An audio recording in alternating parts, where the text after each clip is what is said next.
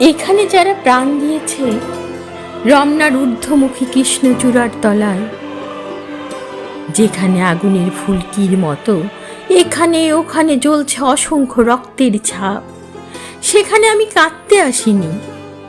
আজ আমি শোকে বিহ্বল নই, আজ আমি ক্রোধে উন্মত্ত নই, আজ আমি প্রতিজ্ঞায় অবিচল।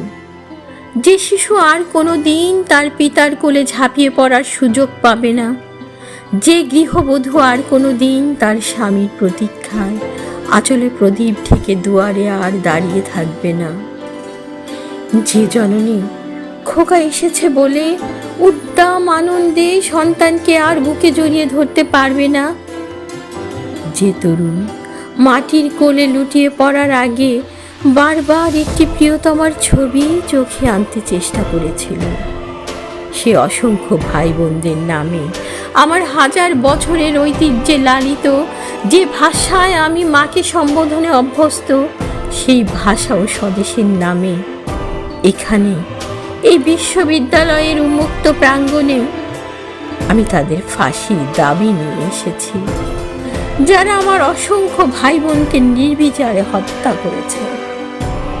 ওরা 40 জন কিংবা আরও বেশি, যারা প্রাণ দিয়েছে ওখানে রমনার রৌদ্রদগ্ধ কৃষ্ণচূড়া গাছের তলায়, ভাষার জন্য, মাতৃভাষার জন্য, বাংলার জন্য, যারা প্রাণ দিয়েছে ওখানে একটি দেশের মহান সংস্কৃতির মর্যাদার জন্য, আলাওলের ঐতিহ্য, রবীন্দ্রনাথ, কায়কোবাদ, নজরুলের সাহিত্য ও কবিতার জন্য, যারা প্রাণ দিয়েছে ওখানে পলাশপুরের মকবুল আহমেদের পুঁথির জন্য, রমেশ শীলের গাথার জন্য, জসিমউদ্দিনের সজন বাদিয়ার ঘাটের জন্য, যারা প্রাণ দিয়েছে ভাটিয়ালি বাউল, কীর্তন, গজল, নজরুলের খাঁটি সোনার চেয়ে খাঁটি আমার দেশের মাটি, এই দুইটি লাইনের জন্য, দেশের মাটির জন্য, রমনার মাঠের সেই মাটিতে কৃষ্ণচূড়ার অসংখ্য ঝরা পাপড়ির মতো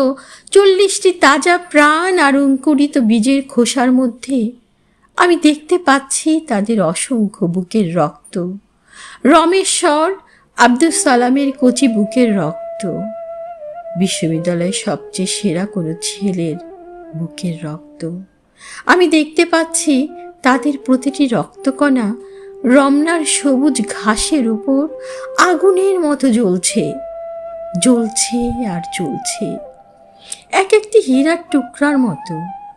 বিশ্ববিদ্যালয়ের সেরা 40টি ছেলে যেন 40টি রত্ন, বেঁচে থাকলে যারা হতো পাকিস্তানের সবচেয়ে মূল্যবান সম্পদ, যাদের মধ্যে লিঙ্কন, রলা, আরক, আইনস্টাইন আশ্রয় পেয়েছিল, যাদের মধ্যে আশ্রয় পেয়েছিল শতাব্দীর সভ্যতার সবচেয়ে প্রগতিশীল কয়েকটি মতবাদ। সেই 40টি রত্ন যেখানে প্রাণ দিয়েছে, আমরা সেখানে কাঁদতে আসিনি। যারা গুলি ভর্তি রাইফেল নিয়ে এসেছিল এখানে, যারা এসেছিল নির্দয়ভাবে হত্যা করার আদেশ নিয়ে, আমরা তাদের কাছে ভাষার জন্য আবেদন জানাতে আসিনি। আজ আমরা এসেছি খুনি জালিমের ফাঁসির দাবি নিয়ে। আমরা জানি তাদের হত্যা করা হয়েছে, নির্দয়ভাবে ওদের গুলি করা হয়েছে। ওদের কারো নাম তোমারই মতো ওসমান, কারো বাবা তোমারই বাবার মতো হয়তো কেরানি, কিংবা পূর্ব বাংলার নিভৃত কোনো গায়ের কোনো বাবা মাটির বুক থেকে সোনা ফলায়, হয়তো কারো বাবা কোনো সরকারি চাকুরে।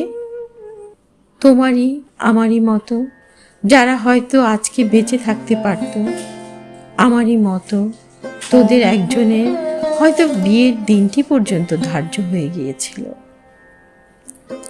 তোমারই মতো তাদের কোনো একজন মায়ের সদ্যপ্রাপ্ত চিঠিখানা এসে পড়বার আশায় টেবিলে রেখে মিছিলে যোগ দিতে গিয়েছিল।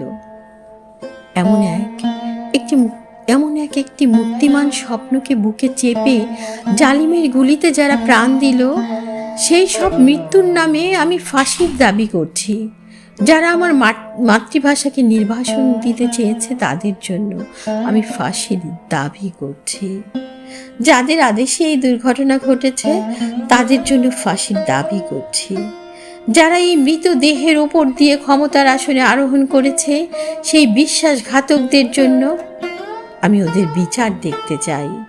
খোলা ময়দানে নির্দিষ্ট জায়গাতে শাস্তিপ্রাপ্তদের গুলিবদ্ধ অবস্থায় আমার দেশের মানুষ দেখতে চায় পাকিস্তানের প্রথম শহীদ, এই 40টি রত্ন, দেশের 40 জন সেরা ছেলে, মা বাবা বউ আর ছেলে মেয়ে এই পৃথিবীর কোলে এক একটি সংসার গড়ে তোলা। যাদের স্বপ্ন ছিল, তাদের স্বপ্ন ছিল আইনস্টাইনের বৈজ্ঞানিক তত্ত্বকে আরও গভীরভাবে বিশ্লেষণ করা।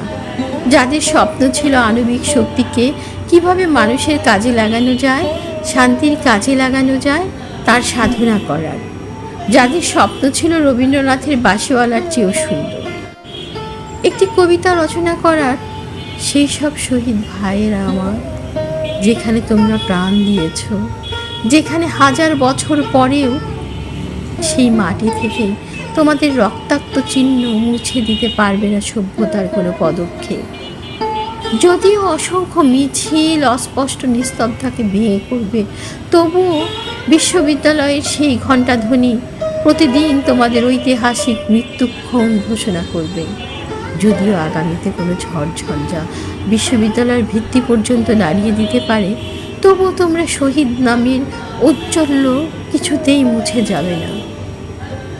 খুনি জালিমদের নিপীড়নকারীর কঠিন হাত কোনো দিন চেপে দিতে পারবে না তোমাদের সেই লক্ষ্য দিনের আশাকে।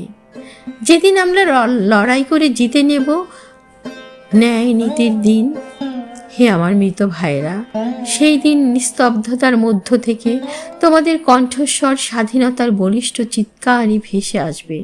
সেই দিন আমার দেশের জনতা খুনি জালিমকে ফাঁসির কাস্টে ঝুলাবেই ঝুলাবে।